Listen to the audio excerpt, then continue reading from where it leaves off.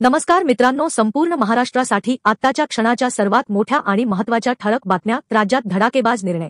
उद्यापासून सर्वांना खुशखबर. 5 सप्टेंबर शुक्रवार. काही मिनिटांपूर्वीच्या ह्या बातम्या आहेत. रोज ताज्या बातम्या मिळविण्यासाठी व्हिडिओ लाईक करा, चॅनल सबस्क्राईब करा. पहिली मोठी बातमी बघा. जीएसटी परिषदेच्या काल 4 सप्टेंबर रोजी झालेल्या बैठकीनंतर पत्रकार परिषदेत निर्मला सीतारामन यांनी महत्त्वाच्या घोषणा केल्या आहेत. यानुसार 90% वस्तू या 5 आणि 18% जीएसटीमध्ये आणण्यात आल्या आहेत. तसेच काही वस्तू या 0% जीएसटीमध्ये ठेवण्यात आल्या आहेत. या जीएसटीच्या नव्या रचनेत शेतकऱ्यांनाही मोठा फायदा करून देण्यात आला आहे. शेती आणि शेतकरी यांच्याशी संबंधित वस्तूंच्या जीएसटी दरात मोठी सुधारणा करण्यात आली आहे. यानुसार कृषी उपकरणे व यंत्रणेवर जीएसटी दरात कपात करण्यात आली आहे.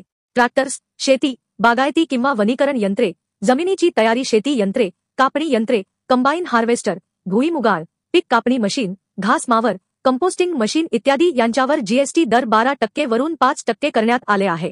एवढेच नाही तर शेतकरी वापरत असलेले ट्रॅक्टरच्या spare parts, tyre, tube, wheel rim, brake, gear box, clutch assembly, radiator, silencer, fender, hood, cooling system इत्यादींवर 18% वरून 5% दर करण्यात आला आहे. शेतकऱ्यांसाठी स्वयंचलित लोडिंग ट्रेलर्स व हाताने चालणाऱ्या वाहने, हातगाडी, रिक्षा, प्राणी ओढणारी गाडी यांना 12% वरून 5% दर लागू केला आहे. पुढील बातमी बघा. राज्यातील शेतकऱ्यांची नमो शेतकरी महासन्मान निधी योजनेच्या 7व्या हप्त्याची प्रतीक्षा अखेर संपली आहे. राज्य सरकारने राज्यातील शेतकऱ्यांना मोठा दिलासा दिला आहे. नमो शेतकरी महासन्मान निधी योजनेच्या 7व्या हप्त्याच्या वितरणासाठी 1932.72 कोटी रुपयांचा निधी वितरित करण्यास शासनाने मंजुरी दिली आहे. नमोच्या हप्त्याची राज्यातील 94 लाख शेतकरी प्रतीक्षा करत होते. तसेच योजना बंद झाली या अफवेने जोर धरला होता. त्यामुळे शेतकऱ्यांमध्ये संभ्रम निर्माण झाला होता. परंतु आता मात्र राज्य सरकारने या संदर्भात शासन निर्णय प्रसिद्ध केला आहे.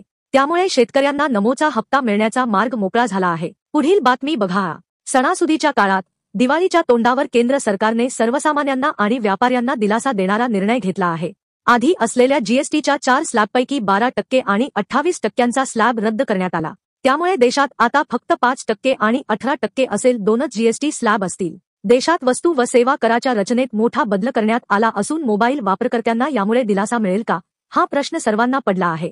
मात्र मोबाईल फोनवरील कर दर 18% इतकाच ठेवण्यात आल्याने मोबाईल स्वस्त होणार नसल्याचे स्पष्ट झाले आहे.